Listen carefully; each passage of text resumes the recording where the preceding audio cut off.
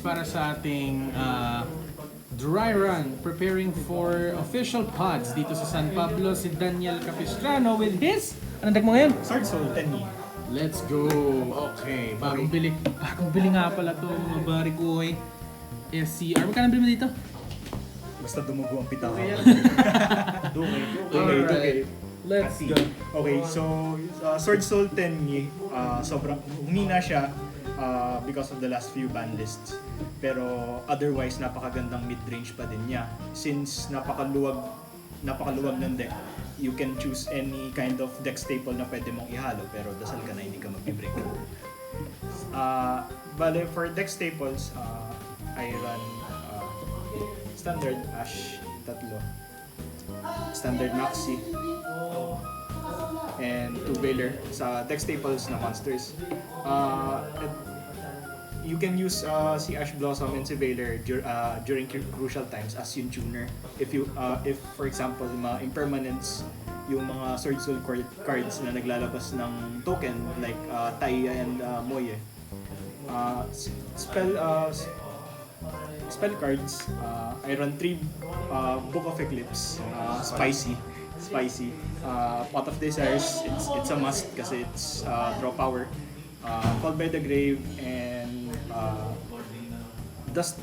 Feather Duster and Crossout. Madaming staples, yes, pero since very versatile yung SWORDSOUL kasi when you build yung buong worm supports at saka yung SWORDSOUL, this is what you can put. Pero I run a 42 card deck.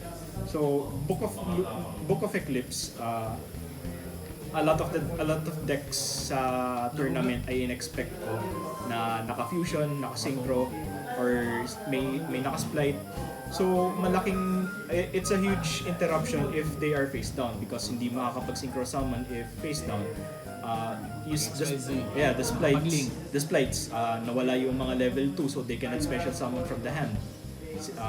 Pag wala silang splite starter. And sometimes I was able to use it to stall the game. Especially one of my opponents, he had the full board. It was a guaranteed OTK. Ginamitan ko siya ng isang Book of Eclipse.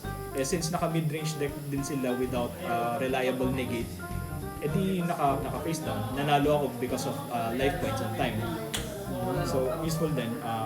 Pot of Desires, of course, draw power, Called by the Grave. I run this 3 because sobrang dangerous ng Maxi, of course. That's a lot of draw power. Tapos Duster, of course, for game 1 blind builds. And last but not the least, Infinite Impermanence, because a lot of monsters use their effect on the field. Or say during the opponent's turn and your second turn, you can use it. Negate. Plus if you Very draw it, simple. hindi siya bad draw. Yes, not really bad draw because impermanence is a lot of value, especially if you were able to set it. Tapos opponent makes an oopsie, magkaroon of mistake, activate in the column. Ayan, that's a lot of pressure. Now for the SWORDSOUL. For the SWORDSOUL 10E part, I run 1 Protoss, 3 Vishuddha, and 3 Ecclesia. Okay, so these are the worm supports. Archnemis, SWORDSOUL has a lot of attributes, so it's nice. When you have, pag meron kang combo that isn't interrupted, you're almost always guaranteed 3 different attributes in the graveyard. So 3 different attributes, and this is a stun card because a lot of the decks are using either light or dark. So I can destroy this, so it's dark. Or if say I'm cheeky enough to destroy one of the light monsters, which is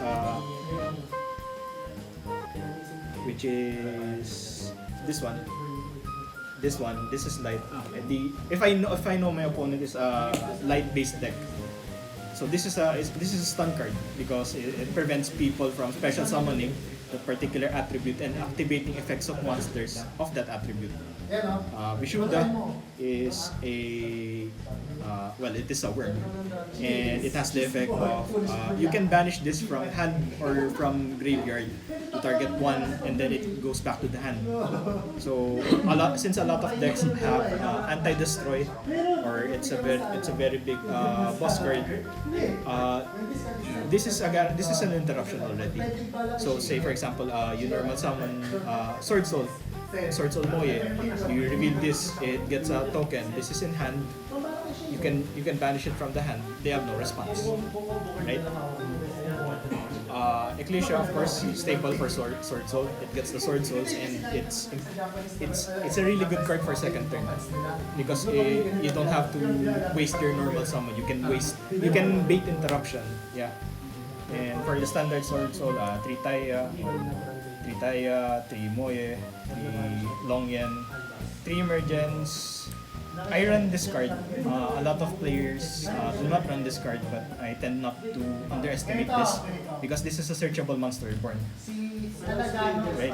So I can have an end board of Baron, Cheng Ying, and the Emancipator Risen Dragite, which is another interruption if there's Moye in your graveyard, and 2 copies of Blackout.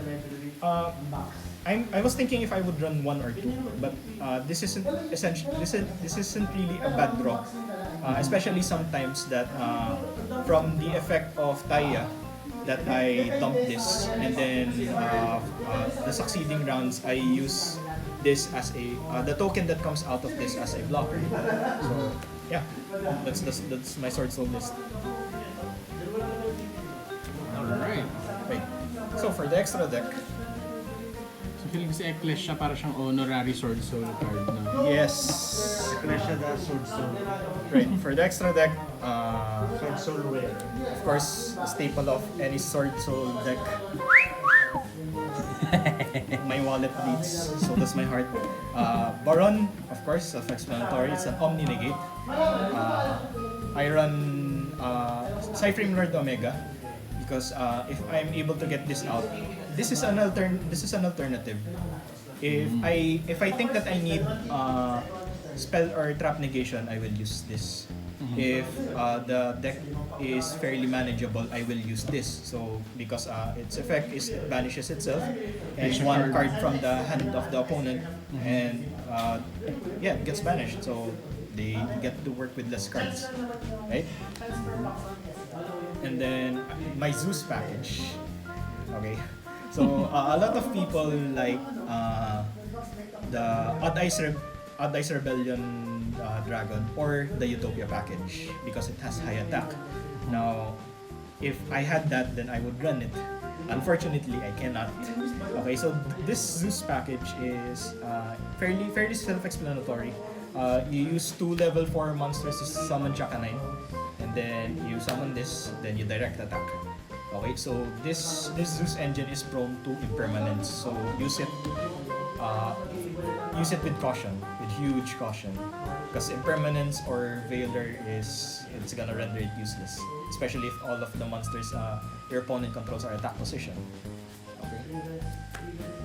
Now for the Tenyi and Yangzing, I run Yazi, Baksha, and Chao Feng, and the 2 normal link monsters. You special summon Vishuddha, and then you link it up with this. You can use it as your opener, and what that does for you is you have an interruption already because of Vishuddha. Okay, so I wasn't able to use this card at all, but at the very least, it has the potential to, if say for example, you weren't able to special summon Longyan with the token, so you summon it, you normal Veiler, this is a level 7, and then you can target this and another card your opponent controls, destroy it. If it's crucial, okay? This is another interruption, especially with SWORDSOUL of Taya, because what this does is when this is synchro summon, you can target cards on the field up to the number of worm type monsters that you were able to use. So if it came from Taya, then that's wind plus water, so that's immediately 2. So that's a board breaker. So it shuffles it back into the deck. So, Nagamit ko sa akin kanina yung putang. oh yeah. Sorry. Okay. So another one is Chaofeng. Okay. So this is I wasn't able to use this at all, but it has potential.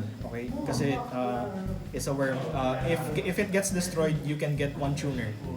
So the tuner in the deck is Ecclesia, or say for example well, since you can get the tuner, then you can get either this or this.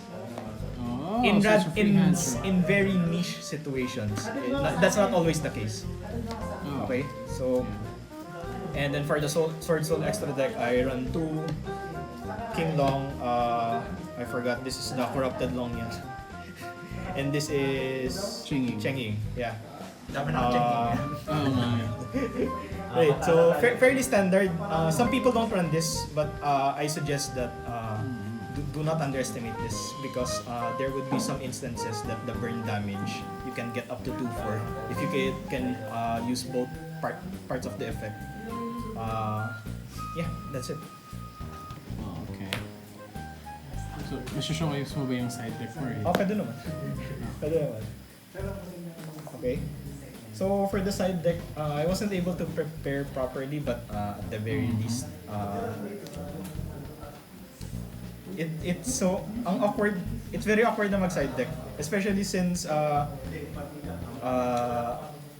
meta dito sa San Pablo sobrang wild, literal.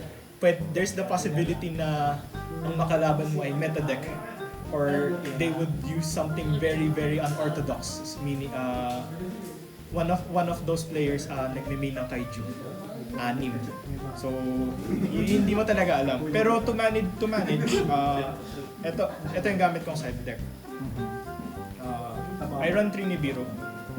For the instance na a player link spams, a player spam summons. Okay? Nagamit ko siya against the virtual world matchup. And at one point with the Splight, kasi he was forced to make a play na hindi siya makakapag gigantic Splight, so that leaves him open to that. Okay? So, or I will use it as cross out target. Okay, I run 3 Lancea because I know for a fact that a lot of people here they have banish, namely Pot of Desires, Pot of Extravagance. The Beasted players, one of the Flanders players wasn't able to make it, pero this was intended for him. Okay, so Dark Ruler no more, because one of the opponents are monster-based negations. They are huge combo decks, so this is a must. Some people like 2, I like 3, and I will side deck accordingly. Yeah. And one of my favorite cards, the MVP, one of the MVPs in my deck, evenly matched, because Tearlaments kinda benefits from destroy. A lot of people rely on their graveyards as well.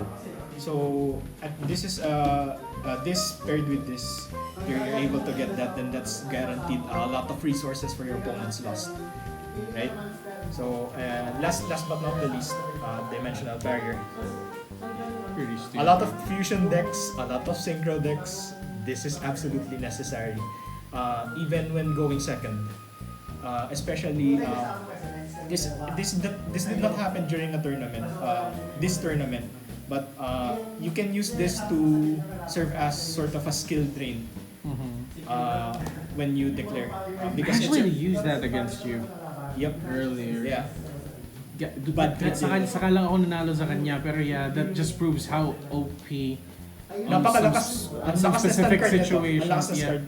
Turn skip talaga. Yeah, it's either turn skip or this helps in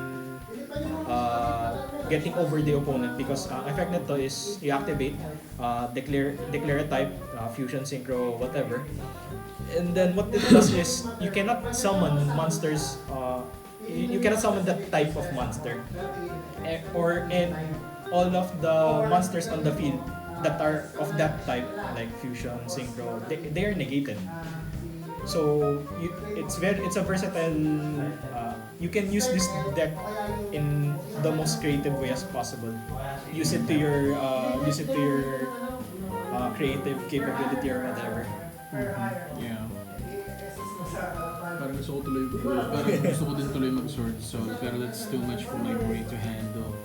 For the people who would want to build Sword Soul, it's not a bad investment. Okay, so, it's not the strongest because of course, tier 1 is Tier Laments and tier 0 rather is Tier Laments and almost Kashtira. And Kashtira is in the early stage pero it's very versatile. It's very it's really good. Okay. Sword Soul, however, it's part of the new meta that will not go old easily. Not unlike Dogma, Eldritch. They're old already. They're power crept. Sword Soul, not so much. Okay, so it's a very versatile deck. You can play it very creatively, and I love this deck. I won't trade it for anything, unless somebody buys it for the right price. Okay. Anyway. If I were to decide, I would like triple tactics. Just one. Because it's a very useful card. You can either draw two, you can look at your opponent's hand for potential interruption or the combo piece, or you can get their monster. Yeah. I would run one. That's it.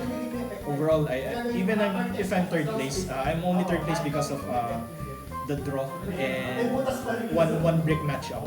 Yeah, that was which tends to happen to all of us. yeah, especially 42 card deck, so it's bound to happen. But overall, I love this deck. Anyway, yeah.